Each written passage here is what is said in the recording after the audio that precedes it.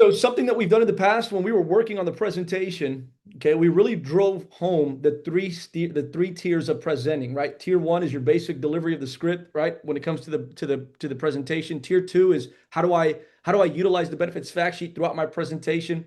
And then of course, also how do you utilize transitions and tie downs? Are you utilizing all of them and getting those micro yeses? Because again, you're not closing once at the end. You've been closing the entire time when you're getting them to tie down and saying yes throughout the presentation. Do not lose sight of that. And then, of course, tier number three, which is the most advanced way of presenting, is am I able to handle objections before I even get them at the end? Okay. Am I able to handle objections within my presentations?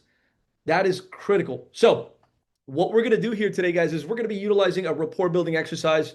And I'd like for us to pair up here in just a moment, but I'm going to break down this exercise for you. And for those of you leaders that have never done this before, this training is actually available in your training guide on page number 8. So please do me a favor and open up your training guide to page number 8.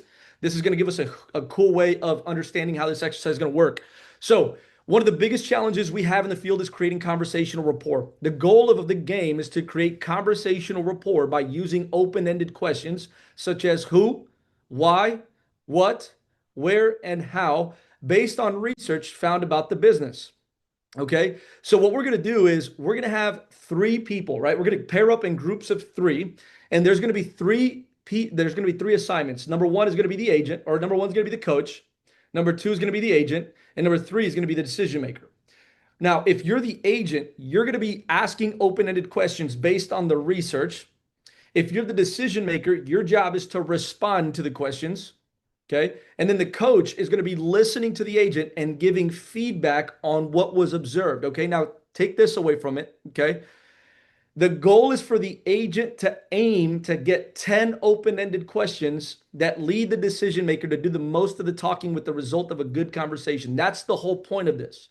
Okay. How do I ask strong questions to keep a conversation going, to keep the business owner engaged? Now, a couple of things I want to remind you is make sure that each person gets a chance to be the agent. Rotate the roles.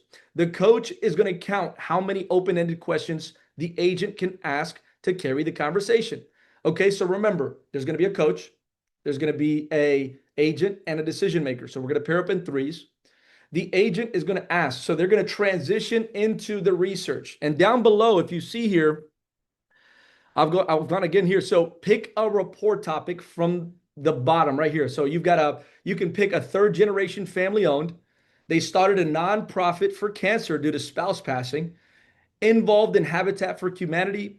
You know the DM's alma mater, that you know what college they went to, or also celebrating 50 years of business. These are just some examples. So what I want you to do is the coach is going to select the topic. Okay. The coach is going to select the topic. The agent is going to transition into that. Let me go ahead and show you, right? So for instance, celebrating 50 years of business. Hey, good morning, Brian. Good to meet you. My name is Bruce. This is Jenny. We were doing a little bit of research and we noticed that you're actually celebrating your 50th year of being in business, my man. What has really been contributing success factors to your growth over the last 50 years? And so now that's my first question I'm asking. Even though I let them know that I did the research, I followed it up with an open-ended question to get them to respond about what I did research about. And that's what gets the conversation going. So agent's going to be asking the questions. The DM is going to be responsible for responding to the questions, and coach is going to be listening to the agent giving feedback. Okay. So at the end of this is what I'm going to challenge you to do. Okay. I want you to reflect after this exercise, and I want you to be thinking about what your thoughts are of this particular exercise. How easy was it building rapport off of the topic, and which are you more comfortable with? Throwing knowing your topic of conversation or flying off the cuff. Okay. So what we're trying to develop here is the benefit of having a questions ready to rock and roll, right? Knowing the research, knowing what you're going to talk about to really build an impact. So guys, what time is it now? We're sitting at 2:45 for the next 15 minutes. I want you all to pair up in groups of three.